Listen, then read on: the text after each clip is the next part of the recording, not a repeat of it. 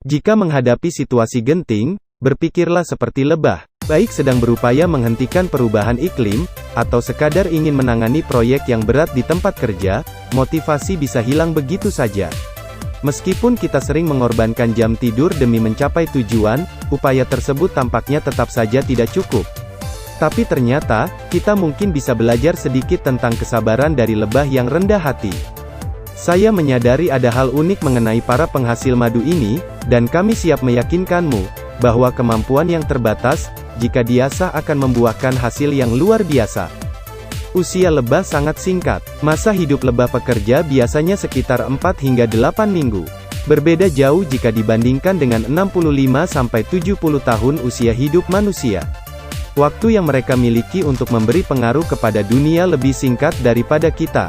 Tapi tidak ada yang pernah melihat lebah menyerah dalam tugasnya dengan alasan itu tidak berdampak banyak.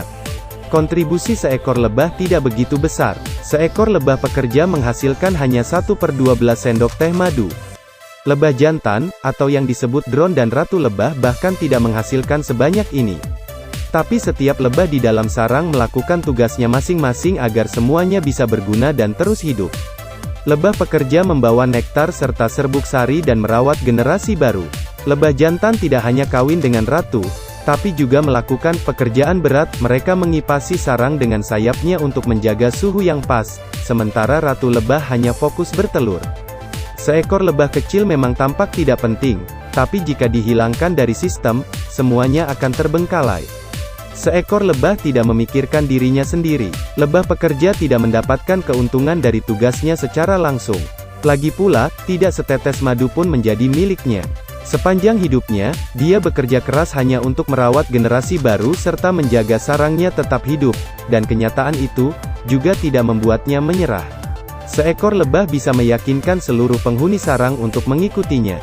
Saat semua celah dalam sarang sudah penuh dan tidak ada lagi ruang bagi ratu untuk bertelur, lebah harus mencari tempat tinggal yang baru. Jadi, mereka meninggalkan sarang lamanya dan mendarat bersama di sebuah pohon. Sebagian dikirim ke berbagai penjuru untuk mencari lokasi subur yang dapat dihuni. Ketika salah satu dari mereka menemukan tempat yang cocok, lebah itu akan kembali dan mulai menggoyang-goyangkan tubuh, berusaha memberi isyarat melalui tarian bahwa dia telah menemukan lokasi yang tepat. Dalam beberapa jam, penghuni sarang memutuskan untuk pindah ke tempat yang dipilihnya. Dampaknya mirip seperti riak yang muncul saat kita menjatuhkan batu ke dalam air. 1/12 sendok teh sangat berarti. Jika kita menyingkirkan seekor lebah, kita hanya akan kehilangan 1/12 sendok teh madu. Tapi jika selusin lebah disingkirkan, madu yang bisa kita dapatkan berkurang 1 sendok. Jika tidak ada satupun lebah yang dapat menemukan tempat baru untuk mereka hidup, seluruh penghuni sarang akan mati dan kita sama sekali tidak akan mendapatkan madu.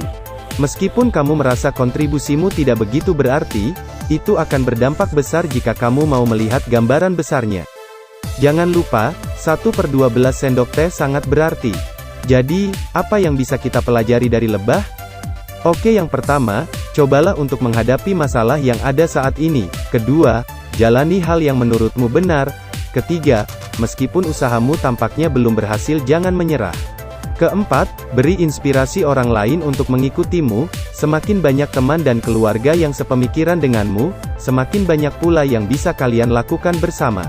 Kelima, jangan memikirkan keuntungan yang didapat, pikirkan tujuan dan manfaat yang kamu berikan untuk orang lain. Keenam, hargai kontribusimu sendiri, sekecil apapun itu. Nah, apa saja kiat andalanmu untuk menghargai diri sendiri dan mendapatkan inspirasi?